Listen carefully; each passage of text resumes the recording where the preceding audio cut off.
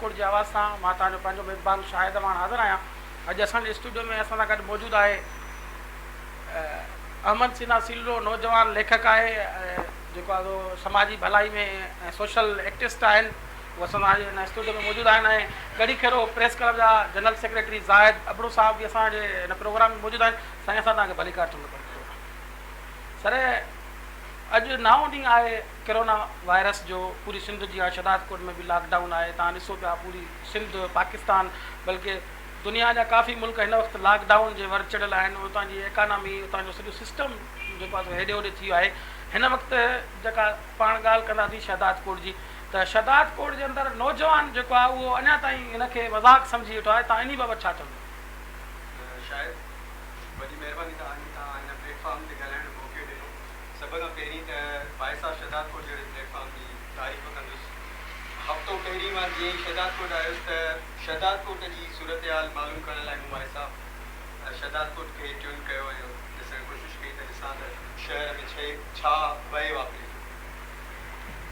तव्हां जेको सुवालु आहे उन तरफ़ अचूं था। दुनिया जे मुख़्तलिफ़ मुल्कनि में हीअ जेको वायरस आहे, हीअ जेकी वबा आहे, इन हवाले सां क्या सारायूं बि थियूं, मज़ाक बि ठहियो ऐं उन खां पोइ 30,000 जे लॻभॻि माण्हू हिन वक़्त ताईं अॼु जो शिकार बणिजी चुका आहिनि। त इहा वबा एक्चुअल आहे ऐं माण्हू हिन मां मुतासिर थियनि बि था। थोरो मुख़्तसिर हिकिड़ो हिन वबा जे हवाले सां इंफॉर्मेशन तव्हां शेयर करण जी कोशिशि कंदुसि त चीन जे शहर वुहान में अक्टूबर 2019 आलमगीर हिकिड़ो रांदियुनि जो मुक़ाबिलो थियो फ़ौजियुनि जो। माना हुन में दुनिया जे मुख़्तलिफ़ मुल्कनि खां फ़ौजी रांदीगर आया, उन्हनि गेम्स में हिसो वरितो। वज़ारत ख़ारजा, चीनी वज़ारत ख़ारजा जे हिकिड़े अमलदार जी प्रेस ब्रीफिंग जो हिकिड़ो हिसो आहे। हुन में हू चवे थो त अमेरिका मां जेको फ़ौजी जथो आयो हुयो उहे एक्चुअली फ़ौजी कोन हुआ, पर उहे माहौलियाती साइंसदान हुआ। त मुख़्तलिफ़ जेके आहिनि असां वटि शयूं पहुचनि थियूं, मुख़्तलिफ़ इंफॉर्मेशन जेकी असां वटि पहुचे थी, एक्चुअल अंदाज़ में उन इंफॉर्मेशन खे माण्हुनि ताईं पहुचाइण जी ज़रूरत आहे। उन खां पोइ अहिड़े क़िस्म जूं जेके बीमारियूं आहिनि माज़ी में बि ॾिठियूं वयूं आहिनि, जीअं सास ऐं हिकिड़ी 1918 में हिकिड़ी बीमारी जेकी उहा मंज़रेआम ते आई, हिन ई वबा जी सूरत में, हुनजो नालो हुयो स्पेनी ज़ुकाम हुयो। स्पेनी ज़ुकाम 1918 जे 6 करोड़ माण्हुनि जी ज़िंदगियूं गिटकाई। हा, बिल्कुलु ठीकु आहे। त अहिड़े क़िस्म जूं बीमारियूं आहिनि। हिननि वबाउनि खां पाण खे बचाइण लाइ ज़रूरत हिन ॻाल्हि जी आहे त असां मुस्तनद एब्सोल्यूट इंफॉर्मेशन, मुस्तनद ख़बर, मुस्तनद ॼाण तरफ़ पाण खे राग़िब कयूं। ऐं ख़ासि करे मां सोशल मीडिया जो ही हिकिड़ो टूल आहे। सोशल मीडिया ते जेके मुख़्तलिफ़ क़िस्म जा रूमर्स, मुख़्तलिफ़ क़िस्म जूं अफ़वाहूं जेके आहिनि, उन्हनि ते पाण खे कन न धरणु खपे ऐं मुस्तनद इंफॉर्मेशन, एब्सोल्यूट इंफॉर्मेशन, मुस्तनद ख़बर या मुस्तनद ॼाण तरफ़ पाण खे वधणु खपे। उनखे ॾिसण जी ज़रूरत आहे। नौजवान जेको आहे उहो सोशल मीडिया इस्तेमालु त करे थो, पर उनजो ॾाढो ग़लति इस्तेमालु थो करे। माना उनखे जेका शइ जिथां रटे जी अचे थी उहा अॻिते शेयर करे थो। तव्हां इन सोशल मीडिया जे इस्तेमालु कंदड़ नौजवान खे छा चवंदो त हू इन में एहतियात करे या इन खे पहिरियां उन जी मुकमल ॼाण वठी उन खां पोइ उन शइ खे अॻिते करे? शायदि मुंहिंजो पंहिंजो टूल इहो आहे। ऐं डिजिटल मार्केटिंग ते गुज़िरियल 6 सालनि में कमु कयां थो वेठो। इहा ई ॻाल्हि जीअं मूं तव्हां सां शेयर कई त रूमर्स जेके अफ़वाह आहिनि उहे केॾो ग़लति इम्पैक्ट था विझनि। 2 शयूं थी सघनि थियूं। अफ़वाहनि जे सबबु 2 शयूं जनम वठी सघनि थियूं। या त तमामु घणो ख़ौफ़ ऐं हिरास, पैनिक, डिप्रेशन ऐं एंज़ाइटी वारी पोज़ीशन पैदा थी सघे थी। एंज़ाइटी ऐं डिप्रेशन वारो माहौल पैदा थी सघे थो। या त माण्हू लातालुक थी वेंदा हिन शइ खां। जीअं कुझु ॾींहं पहिरीं हिकिड़ो मज़ाक शइ मंज़रेआम ते आई त भई सलेमानी चांहि पियो। हा, बिल्कुलु। अच्छा, इनखे वरी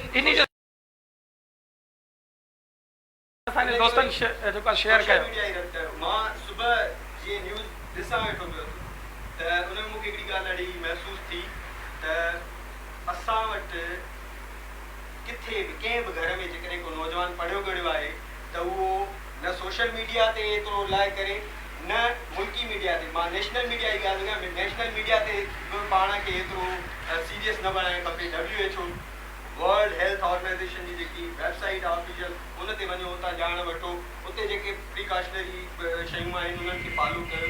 त सोशल मीडिया जो बहितर इस्तेमाल बि आहे, साॻी जॻह ते ग़लति इस्तेमाल बि आहे, जीअं मुख़्तलिफ़ अफ़वाहनि जी सूरत में असां जे साम्हूं अचनि थियूं शयूं ऐं माण्हुनि खे असां मिसगाइड था कयूं। ज़ाहिद भाउ, तव्हां एज़ अ जर्नलिस्ट सिंध ऐं बलोचिस्तान जी सरहदी जंग ते रिपोर्टिंग कयो पिया, माशाल्लाह सीनियर सहाफ़ी आहियो। हिन वक़्तु अहिड़ी वबा वारी सूरत में पाण 2010 जी जेका बोर्ड आई महाबोर्ड उन जी रिपोर्टिंग पाण गॾिजी कईसीं। हिन वक़्तु जेका अॼु 9 ॾींहं जेका लॉकडाउन जी सूरत हाल में शदाद कोट जी सूरत हाल ते त मां काफ़ी दोस्तनि खां ॻाल्हि ॿोल कराई आहे, पर पाण गड़ी खेरो उहो बि असांजे इलाइक़े सां टच थो थिए यकीनन उन तां उते जी ग़रीब माण्हुनि जी छा सूरत हाल आहे, तव्हां उते कीअं था ॾिसो? ॾिसो न, इन कोरोना वायरस वारे इन मरहले में जेको ग़रीब सां वेंधन थियो आहे, सिंध हुकूमत जा बयान त अचनि पिया त बाबा रिलीफ फंड जेको आहे सो क़ाइमु कयूं पिया ऐं माण्हुनि खे घरनि ताईं राशन जेको आहे सो तक़सीम कयो वेंदो। पर अॼु ॾिसो 8 ॾींहं गुज़री विया आहिनि लॉकडाउन खे, हिन महिल ताईं कंहिं बि 9 ॾींहं गुज़री विया आहिनि, त हिन महिल ताईं कंहिं बि ग़रीब जे दर ते राशन कोन पहुतो आहे। उतां जा नौजवान आहिनि जेके पंहिंजी मदद पाण तहत कुझु जेको आहे जेको उन्हनि खां थी सघे पियो उन्हनि ताईं पहुचाइनि पिया।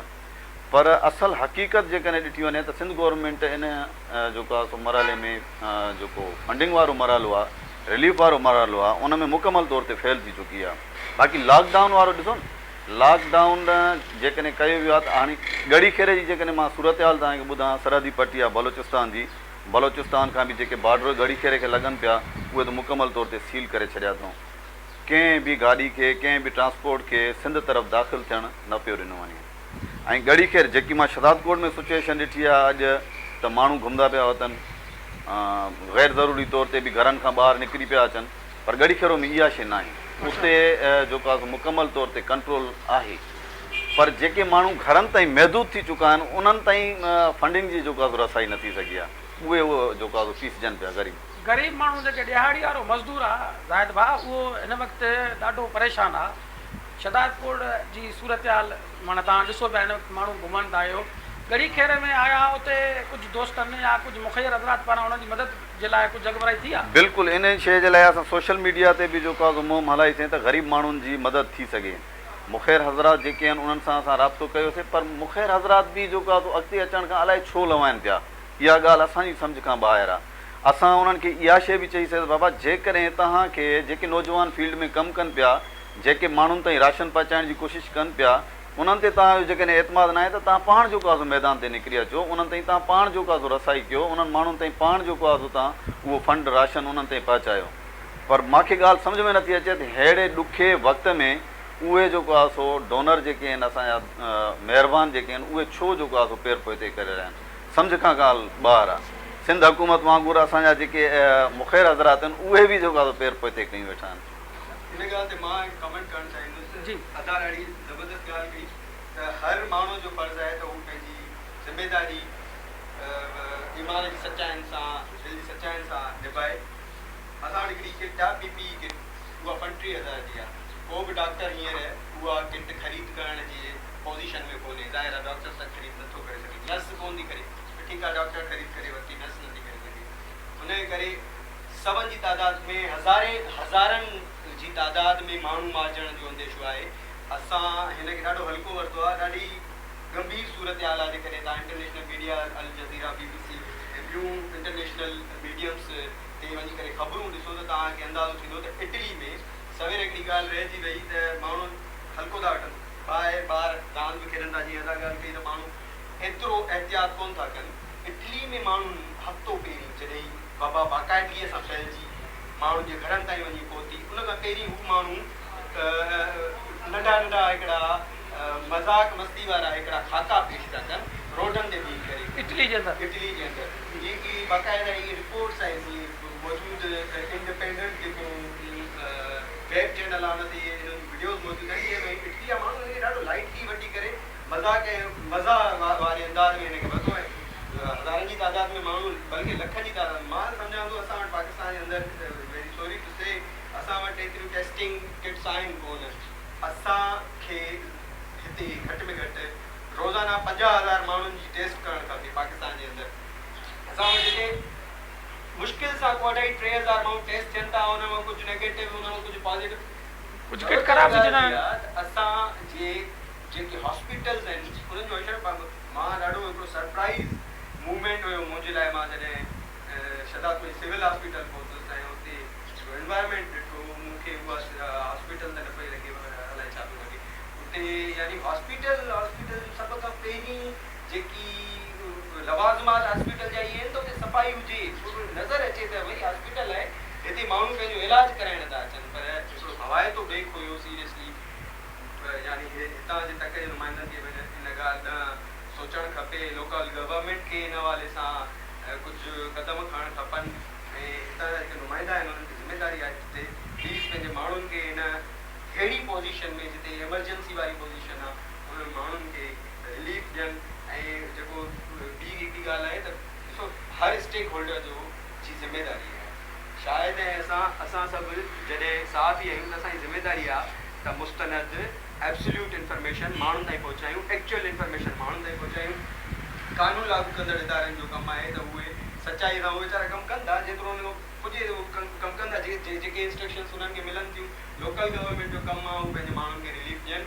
हितां जे चूंडियल नुमाइंदनि ते ज़िम्मेदारी आहे थिए थी त उहे पंहिंजे माण्हुनि खे हिन एमरजेंसी वारी सूरत में हिन वबा खे विढ़ण लाइ, हिन वबा सां विढ़णो आहे बिल्कुलु, ऐं हिन वबा जो जी का बि वैक्सीन तयारु न आहे थी सघी। इसराइल ऐं अमेरिका, कुझु तजिया निगारनि जो चवणु इहो आहे त इसराइल ऐं अमेरिका हीअ वैक्सीन ठाहिण में देरि पयूं कनि त जीअं अॻियां हली करे वधीक मुनाफ़ो कमाए। सही ज़ाहिद भाउ, रिपोर्टिंग दौरान असांखे हूअं त काफ़ी मुश्किलातूं पेश ईंदियूं आहिनि। हिन वक़्तु वबा अहिड़ी आहे जिते माण्हू खां पाण खे 3 फुट परे रखिणो आहे, जेका हलनि थियूं जेके हिदायत, उन में असां तव्हां जहिड़ो जेको वर्कर साहब थी आहे, एक्टिव जर्नलिस्ट आहे, उहो इन जी ठीकु ठाक रिपोर्टिंग करे थो। ख़ुदा न ख़ासि आहे हिन वक़्तु असांजे इलाइक़नि में जेको आहे सो कोरोना जो कोई मरीज़ न निकितो आहे।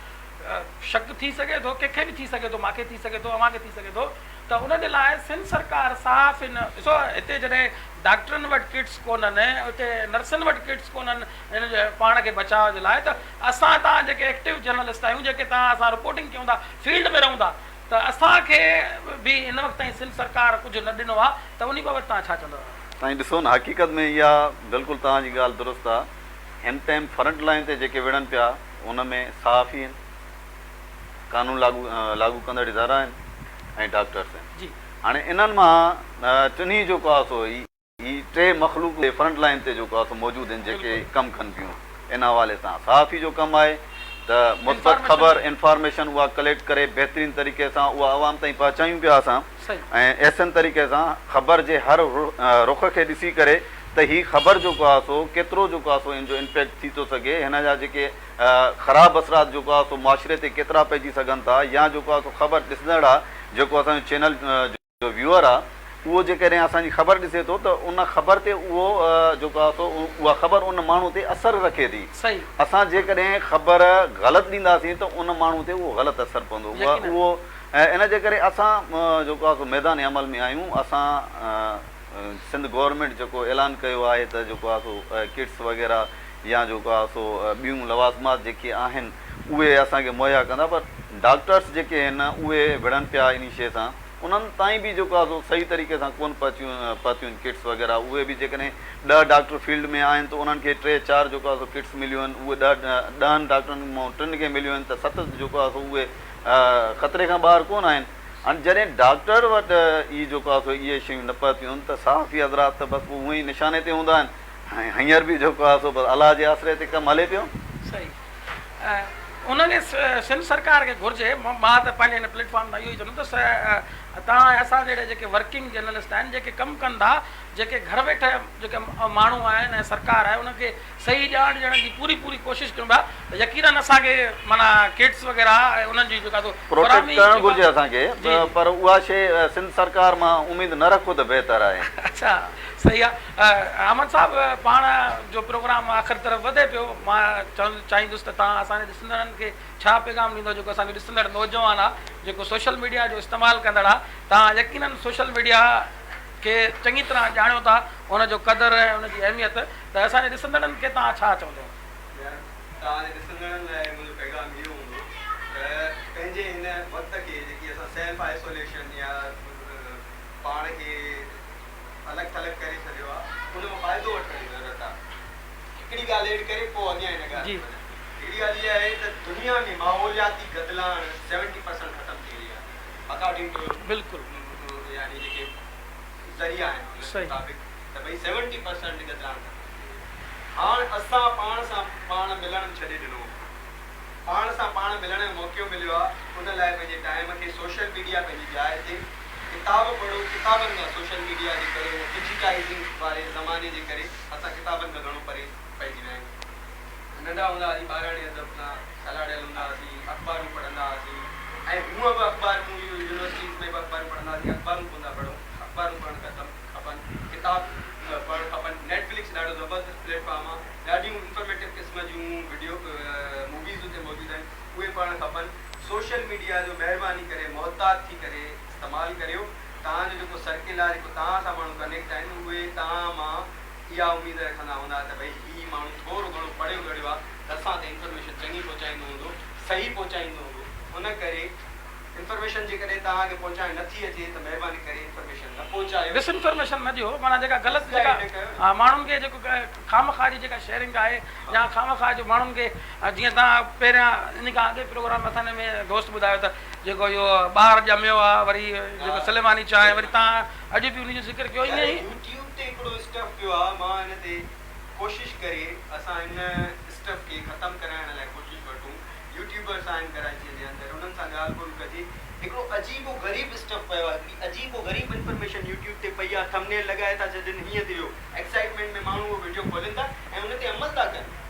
यूट्यूब वारे वीडियो खे माण्हू ॾिसी करे उन ते अमल था कनि ऐं उन शइ खे मञनि था, मञणु शुरू था कनि। इहो त ग़लति आहे त तमामु घणी इहा जेकी मिसइंफॉर्मेशन आहे। सही ज़ाहिर आहे तव्हां सोशल मीडिया यकीनन इस्तेमालु कंदा आहियो, छो जो असां तव्हांजो साॻियो ई कमु आहे, जर्नलिस्ट आहे त तव्हां असांजे ॾिसंदड़नि खे as a journalist, as a working journalist छा चवंदव त जेको नौजवान आहे जेको मिसगाइड करे पियो, उनखे सोशल मीडिया जो इस्तेमालु ग़लति करे पियो, उन बाबति तव्हां उनखे छा चवंदव? मुंहिंजो पंहिंजो जेको ज़ाती जेको आहे तजुर्बो आहे सोशल मीडिया जे हवाले सां त 99% सोशल मीडिया ग़लति ख़बर, उहा बिल्कुलु ग़लति ख़बर ॾिए पई।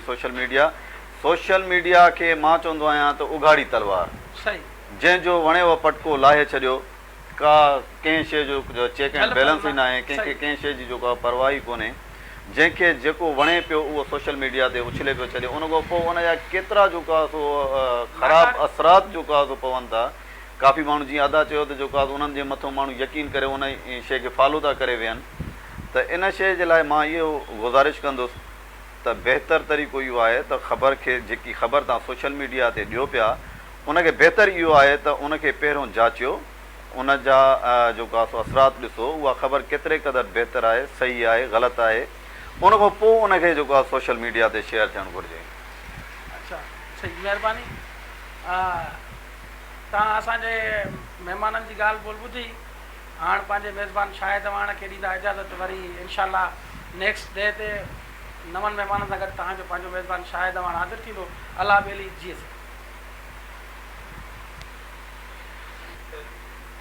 बिस्मिल्लाह रहमान रहीम। भाई साहब शदात कोट जे प्रोग्राम शदात कोट जी आवाज़ सां मां तव्हांजो पंहिंजो मेज़बान शाहिद वाण हाज़िर आहियां। अॼु असांजे स्टूडियो में असां सां गॾु मौजूदु आहे अहमद सिन्हा सीलो, नौजवान लेखक आहे, जेको आहे समाजी भलाई में सोशल एक्टिविस्ट आहिनि। उहो असांजे स्टूडियो में